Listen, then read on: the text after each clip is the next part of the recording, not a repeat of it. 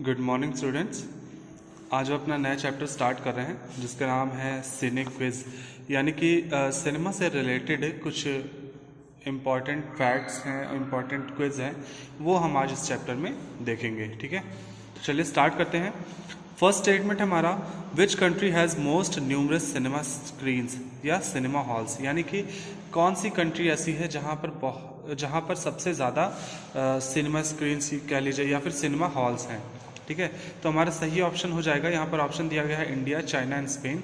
सही ऑप्शन हो जाएगा हमारा चाइना। ठीक है, सेकेंड है आपका, which country has the most number of cinema gorge, यानी कि जो लोग सिनेमा देखने जाते हैं, जो सिनेमा के शौकीन होते हैं या सिनेमा जो लोग बहुत ज़्यादा ही देखने जाते हैं, उन्हें हम क्या कहते हैं? उन्हें सिनेमा गोर्स कहते हैं। तो क्या पूछा ये, which country has the most numbers of cinema gorge, यानी कि कौन सी कंट्री ऐसी है जहां पर सबसे ज़्यादा सिनेमा देखा जाता है। तो सही ऑप्शन इसका हो जाएगा इंडिया, यानी भारत में सबसे ज़्यादा लोग सिनेमा देखने जाते हैं।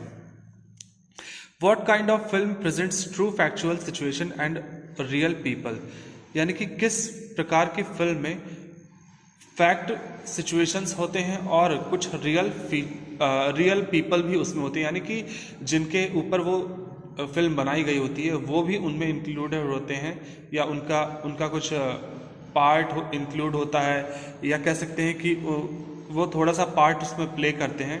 तो ऐसी इन फिल्मों को हम क्या कहते हैं? इन फिल्मों को क्या कहते हैं? डॉक्यूमेंट्री फिल्म्स कहते हैं, यानी कि जो आपके रियल लाइफ पे बनाई गई होती है, किसी की पर्सनल लाइफ पे बनाई गई होती है, उन्हें क्या कहते हैं? हम डॉक्यूमेंट्री फिल्म कहते हैं।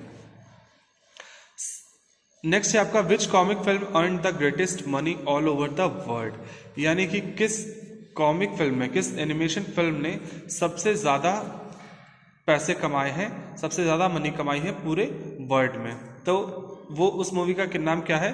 क्या होगा? सुपरमैन, बैटमैन या स्पाइडरमैन? तो यहाँ सही ऑप्शन होगा आपका स्पाइडरमैन। ठीक है, स्पाइडरमैन एक ऐसी कॉमिक मूवी थी जिसने पूरे वर्ल्ड में सबसे ज़्यादा पैसे कमाए। नेक्स्ट है आपका, who is the highest paid actress in the world, यानी कि सबसे ज़्यादा कमाने वाली एक्ट्रेस पूरे विश्व में कौन है?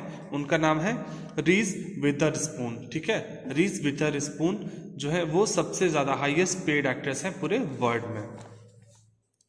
नेक्स्ट है आपका, in which film did Mickey Mouse appear for the first time, यानी कि किस मूवी में मिकी माउस को पहली बार देखा गया था, यानी पहली बार उनका अपीयरेंस किस मूवी में देखा गया?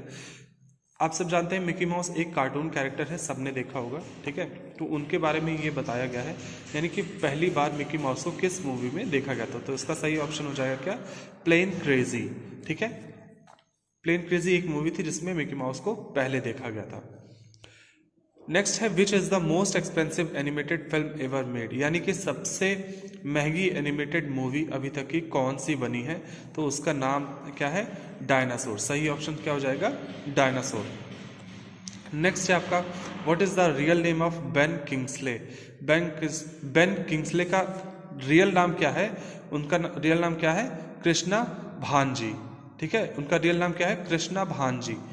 What is the real name of Ben Kingsley? Ben Kingsley का रियल नेम क्या है? कृष्णा भांजी।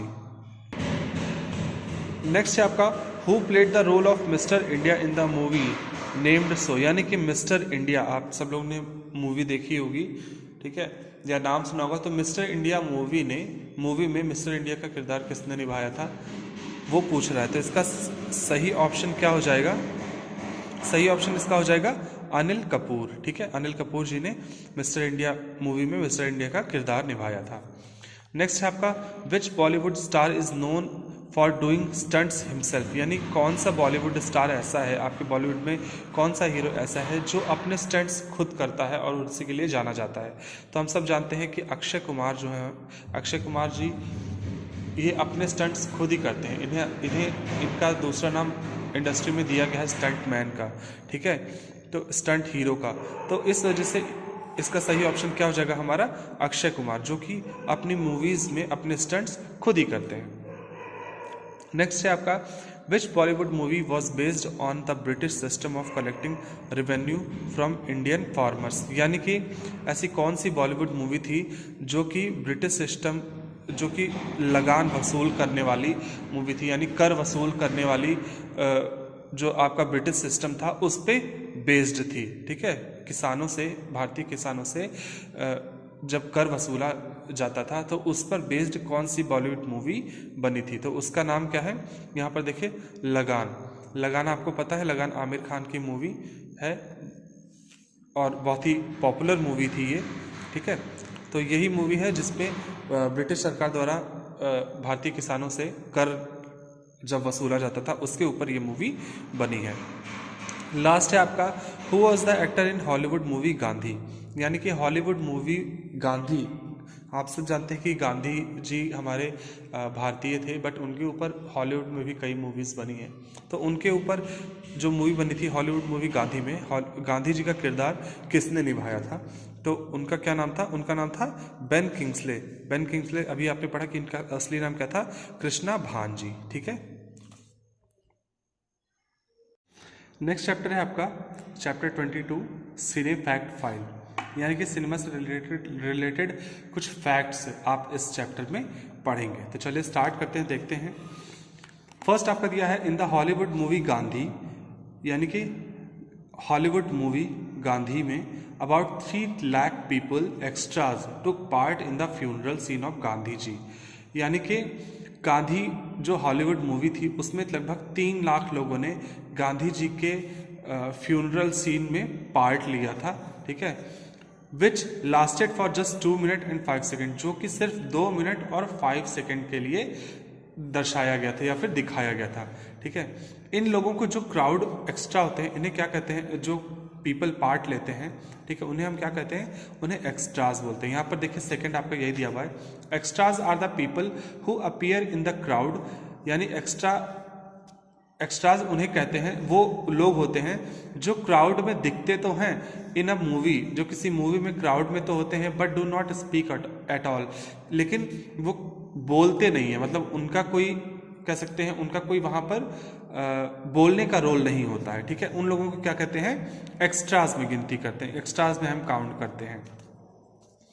नेक्स्ट है आपका, La Geode cinema is located in the Parc de la Villette Paris, यानी कि ला ग्योड सिनेमा आपका कहाँ पर स्थित है, वो पेरिस के आपके पार्क डेले विलेट में नामक स्थान पे स्थित है। It is in the shape of an enormous dome, ये एक डोम के आकार में बना हुआ है, एक डोम के शेप में बना हुआ है, एक बहुत बड़े डोम के शेप में है।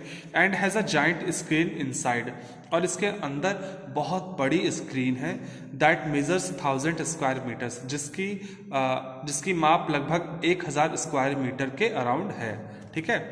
तो पेरिस में कौन सा सिनेमा हॉल है, ला ग्योडे सिनेमा है, जो कि पेरिस में स्थित है, जिसके अंदर 1000 स्क्वायर मीटर्स का स्क्रीन वहां पर है, बना हुआ है।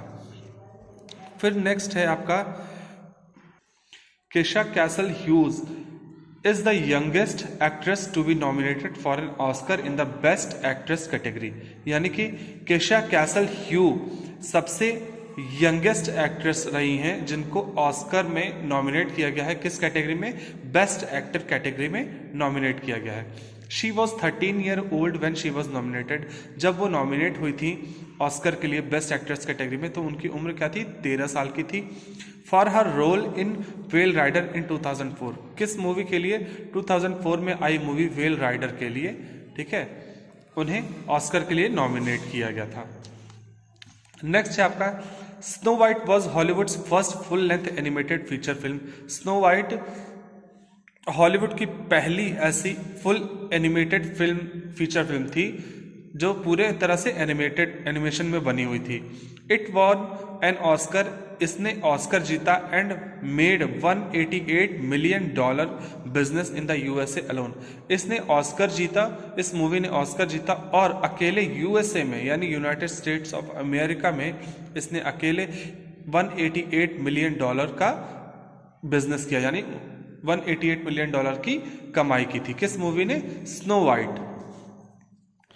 नेक्स्ट है आपका, soap opera is a TV serial that is based on the everyday life of people, यानी कि सोप ओपेरा एक ऐसा टीवी सीरियल था जो कि लोगों के रोजमर्रा के जीवन पर आधारित था, ठीक है, उनकी डेली लाइफ पर बेस्ड था। It derived it's name from the fact, इसने अपना नाम इस तथ्य से लिया दैट कि ड्यूरिंग 1930s से these programs on radio and then on TV were sponsored by soap manufacturer who advertised their products in between the program।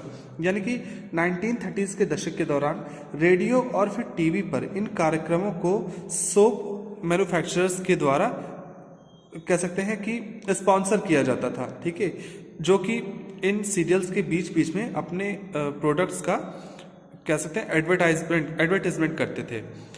वहाँ से फिर इनका ये नाम लिया गया, ठीक है।